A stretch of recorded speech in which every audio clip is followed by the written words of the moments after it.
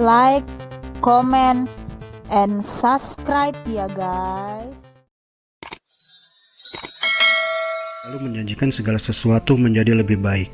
Dengan memiliki pengharapan, kita akan kuat menghadapi persoalan. Karena pengharapan membuat kita fokus ke masa depan dan bukan pada masalah yang sedang kita hadapi. Dan pengharapan itu membuat kita melihat ke masa depan. Jadi, kunci menang dalam pergumulan adalah memiliki pengharapan. Pengharapan kepada siapa? Banyak orang memiliki pengharapan, tetapi akhirnya mereka kecewa. Mengapa? Karena mereka meletakkan pengharapannya ke tempat yang salah, yaitu pada manusia dan kekayaan. Ada firman Tuhan yang berbunyi begini, Yesaya 2 ayat 22. Jangan berharap pada manusia, sebab ia tidak lebih daripada hembusan nafas, dan sebagai apakah ia dapat dianggap?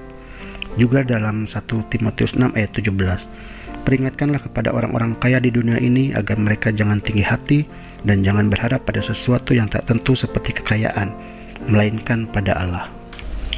Ayat-ayat tersebut mengingatkan kepada kita bahwa jangan meletakkan pengharapan pada sesuatu yang rapuh dan fana seperti manusia dan kekayaan.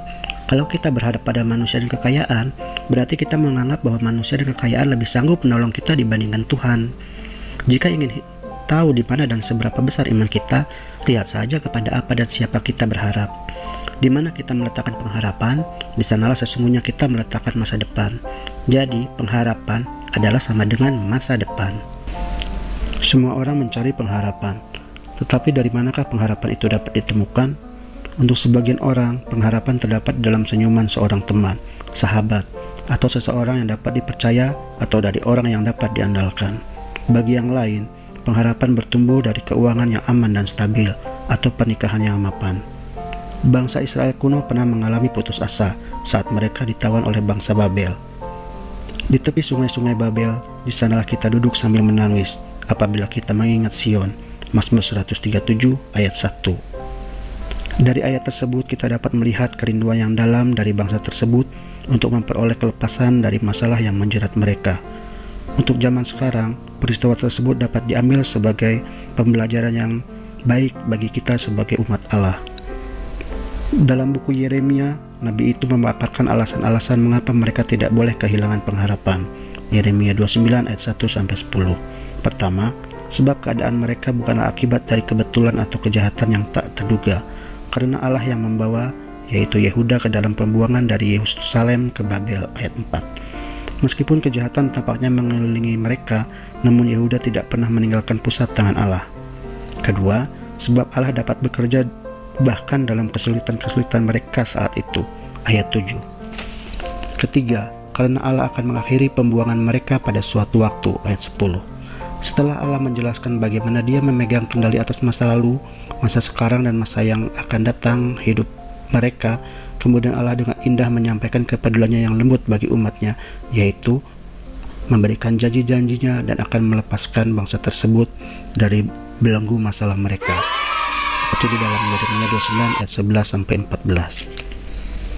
11-14. Allah sudah berjanji bahwa Dia akan hadir dalam setiap kesesakan kita. Seperti dalam janjinya dalam ayat berikut ini, Yesaya 41 ayat 13. Sebab aku ini, Tuhan Allahmu, memegang tangan kananmu dan berkata kepadamu, janganlah takut, akulah yang menolong engkau. Mungkin pada saat diri kita dihantam oleh banyak masalah, persoalan hidup yang berat, ada di antara kita pernah merasa bahwa Allah tampaknya jauh dan beranggapan bahwa Allah tak peduli dan telah meninggalkan kita. Tapi siapakah sesungguhnya yang telah berpindah? Sebenarnya Allah itu tak pernah kemana-mana. Pengharapan itu adalah sauh yang kuat dan aman bagi jiwa kita, yang telah dilabuhkan sampai ke belakang tabir, di mana Yesus telah masuk sebagai perintis bagi kita, ketika Ia, menurut peraturan Melkisedek, menjadi imam besar sampai selama-lamanya. Ibrani 6 ayat 19-20. Ibarat hidup ini sebuah kapal, maka pengharapan adalah sauhnya. Jika sauh diturunkan dan menancap kuat di dasar laut, maka kapal itu akan berhenti dengan sempurna dan tidak terseret gelombang dan badai.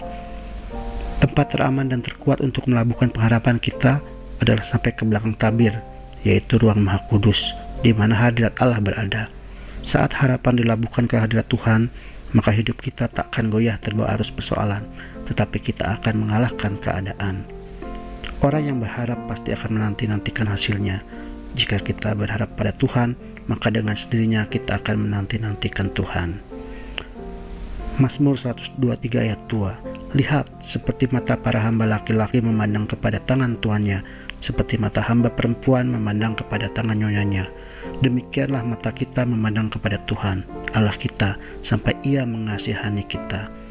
Dan Tuhan memiliki janji yang luar biasa kepada setiap orang yang menanti-nantikan Dia, seperti dalam ayat berikut ini, Yesaya 40 ayat 31. Tetapi orang yang menanti-nantikan Tuhan mendapat kekuatan baru. Mereka seumpama raja wali yang naik terbang dengan kekuatan sayapnya. Mereka berlari dan tidak menjadi lesu. Mereka berjalan dan tidak menjadi lelah. Sebagai penutup, mari kita renungkan ayat berikut ini. Ratapan 3 ayat 25. Tuhan adalah baik bagi orang yang berharap kepadanya, bagi jiwa yang mencari Dia.